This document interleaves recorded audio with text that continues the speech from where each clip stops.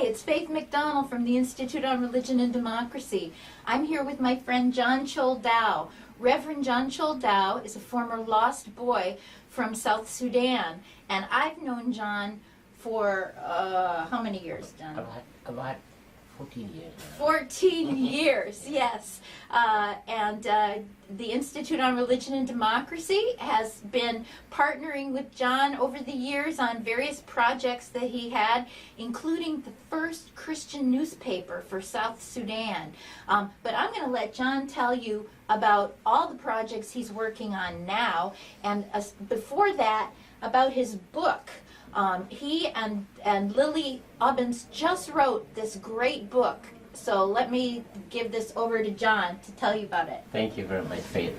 And I'm really delighted to be here today with my friend again, Faith McDonnell, and the work we have been doing with the IRD for the advocacy and let many people know about what God is doing in South Sudan. And Lily Ubbins and myself have just put together my story. It's a story of escape, a story of God's work, a story of miracle during the years of war in South Sudan, and how God was working with us. And I have been to so many countries as a refugee, and I thought, well, we should. I have been a refugee in God's hand. Not really in man's hand, but in God's hand. So this is a story of inspiration. It's a real story.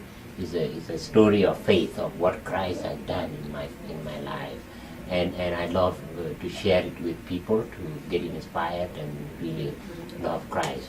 And I'm currently busy setting up Christian College, Good Shepherd Christian College and Seminary in South Sudan, because I believe in leadership development and equipping and developing leaders for South Sudan, leaders who love Christ, leaders who have a heart for Jesus, leaders who want to transform the world and the nation, South Sudan and beyond.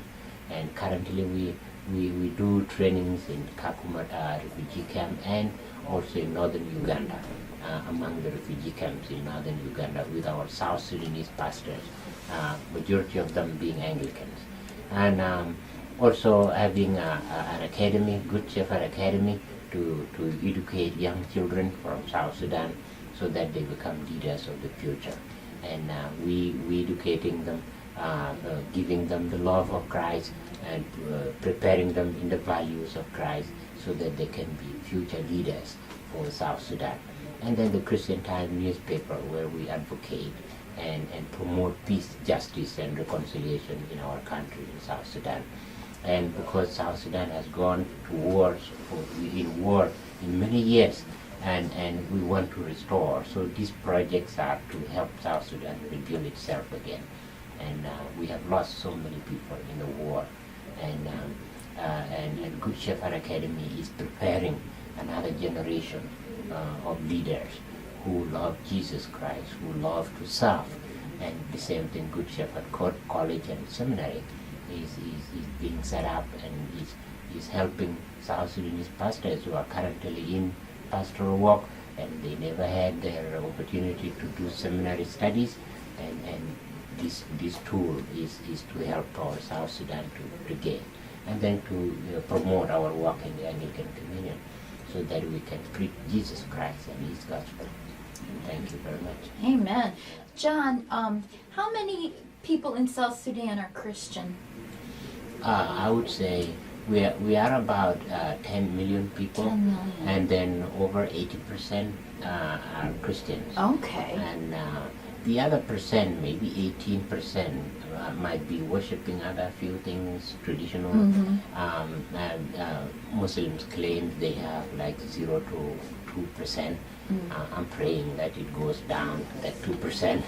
And so we generally Christians. And more Christians, yes, yeah. more Christians there, and a lot of denominations, maybe over 14 Christian denominations, with Anglicans having close to over 3 million people in South Sudan. Anglicans. That's great. And Catholic Church also leads with maybe another 3.4 or 4 million at most.